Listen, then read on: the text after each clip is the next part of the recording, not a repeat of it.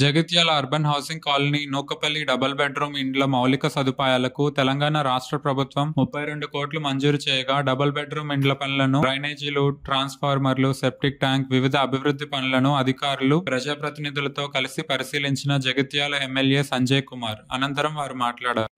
నేను అనుకుంటా ఈ 10-15 రోజులలో పూర్తి చేస్తే మరి అధికారులు చెప్తే ఇండ్ల మంత్రిని తీసుకొస్తాం. ఆ రోజు ఒక 2000 మందితో గృహప్రవేశం చేయిద్దాం. ఎందుకంటే ఫస్ట్ ఫేజ్కు సెప్టిక్ ట్యాంకులు అయిపోయినాయి, డ్రైనేజీలు అయిపోయినాయి, నీళ్ళ కనెక్షన్ ఒక్కటి ట్యాంక్ ఎప్పుడైతుందో తెలియజేస్తే అందాజు ఎన్ని రోజులు అవుతుంది? ఇయర్ 1 మంత్లో అయిపోతుందా? నీళ్ళు ఇవ్వగలుగుతామా? ఫస్ట్ 2000 నెల లోపల అందజేస్తామని. అంటే దసరా కంటే ముందే ఒక 2000 కుటుంబాలు, అంటే ఒక 10,000 మంది వచ్చి చేరుతారు. నెక్స్ట్ 2000 కుటుంబాలలో ఇంకా 800 ఇళ్ళు మిగిలి ఉన్నాయి, మనం పంచాల్సినవి ఉన్నాయి. వాటికి కూడా మన పర్మిషన్ అడిగినా ఇస్తానన్నారు. ఇప్పుడు మిగిలిపోయిన ఇంద్రం మిల్లు అప్పుడు మొదలుపెట్టిన అయిపోయినాయి. కొందరు పాపం బేస్మెంట్లు పోయినాయి, వాళ్ళకు కూడా 58 మందికి ఇచ్చేది ఉన్నది. వాళ్ళు ఎలిజిబుల్ ఉన్నారు. ఇప్పుడు 800 ఇళ్ళల్లో ఇస్తాం. ఒక 68 మందికేమో ఇంద్రమ్మ ఇండ్లు వచ్చినట్టు చూపెడుతున్నారు, కానీ వాళ్ళకి లేవు, కట్టుకోలే వాళ్ళు. కానీ అది కంప్యూటర్లో మిస్టేక్ అయింది.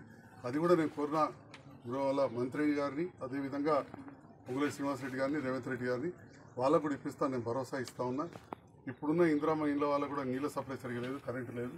నీళ్ళ సప్లై కూడా పూర్తి స్థాయిలో ఇవ్వాలని చెప్పి నేను కోరుతా ఉన్నా. ఇంకా ఏదైనా ఉంటే ఆ మిగిలినవి కూడా చేయడానికి నేను మొన్న కోరినా. ఎందుకంటే ఒకసారి ఏ ప్రభుత్వం ఉంటే ఆ ప్రభుత్వంతో పేదవాళ్ళ కోసం కలిసి పనిచేయడంలో తప్పు లేదని భావించి ఏవైతే మిగిలిపోయి ఇక్కడ అసంపూర్తిగా ఇండ్లు ఉన్నాయో, డబ్బాలు లెక్క కనబడుతున్నాయో, అసంపూర్తిగా ఉన్నాయో, వాటిని కూడా పూర్తి చేయడానికి ఎస్టిమేట్ చేసినాం. అవి కూడా చేద్దామని చెప్పినాం. సో ఇప్పటికే మనకు సరిపోయిన ఇండ్లు ఉన్నాయి కాబట్టి ఇవి అయిపోయిన తర్వాత నెక్స్ట్ ఫేజ్లో చేస్తామన్నారు. ఇండ్ల మంత్రి గారు తప్పకుండా వచ్చి, శ్రీనివాసరెడ్డి గారు, పొంగులేటి శ్రీనివాసరెడ్డి గారు, రెవెన్యూ మంత్రి కూడా వారు వచ్చి రివ్యూ చేస్తున్నారు. కాబట్టి వారు తప్పకుండా ఇక్కడ రివ్యూ చేసి వారు చూసిన తర్వాత సీయింగ్ ఈజ్ బిలీవింగ్ అంటారు, చూస్తే నమ్మకం కుదురుతుంది. సో వారు చూసి తప్పకుండా అది కూడా మంజూరు చేస్తే జగిత్యాల పట్టణ ప్రజలకు ఇంకా పెద్ద ఎత్తున ఇళ్ళు వస్తాయి. అసలు ఇల్లు లేని వారు ఉండరు అనే పరిస్థితి కల్పించాలన్నదే నా ఆశయం. తప్పకుండా నా ఆశయంలో జగిత్యాల పేద ప్రజలు ఇళ్ళ కోసం కావచ్చు, పేద ప్రజలకు సహకరించే మిగతా వాళ్ళు కూడా ఉంటారు. మనం ఇంటి దగ్గర ఉంటాం, అన్ని తీరులు ఉంటాం. ఇల్లు లేని వాళ్ళు ఉంటే బాధ అనిపిస్తుంటుంది, కిరాయి ఇంటి ఉంటే బాధ అనిపిస్తుంది. వాళ్ళ ఇంట్లో వాళ్ళు చనిపోతే తీసి రోడ్డు మీద పెట్టే పరిస్థితి ఉంటుంది. కాబట్టి ఇటువంటి చేస్తున్న ఒక యజ్ఞం లాంటి కార్యక్రమంలో జగిత్యాల పట్టణ నియోజకవర్గ ప్రజలు అందరూ కూడా నా వెన్నంటి ఉంటారని, సహకరిస్తారని, మా నాయకులందరూ సహకరిస్తారని, ముఖ్యంగా మా మీడియా మిత్రులు కూడా చాలామంది బెదిరికంలో ఉన్నారు. వాళ్ళకు కూడా ఇండ్ల విషయంలో నేను మొన్న ప్రభుత్వంతో పనిచేస్తున్న సందర్భంలో అది కూడా ఒక పాయింట్ పెట్టిన, 10 పాయింట్లలో అతి ముఖ్యమైన ఇండ్లు లేని వాళ్ళు ఉన్నారు. సో స్థలాలు కావచ్చు, ఇండ్లు కావచ్చు, ఏదో ఒకటి చేయాలని చెప్పినాం. తప్పకుండా ఆ విషయంలో కూడా చాలా పాజిటివ్గా ఇండ్ల మంత్రి గారు చెప్పినారు. ఎందుకంటే ఖమ్మంలో ఇచ్చిన ఒక జీవో ప్రకారం వారు కూడా ఖమ్మం నుంచి గెలిచిన మంత్రి, మన ఇండ్ల మంత్రి, వారే రెవెన్యూ మంత్రి మన భూములకు సంబంధించి.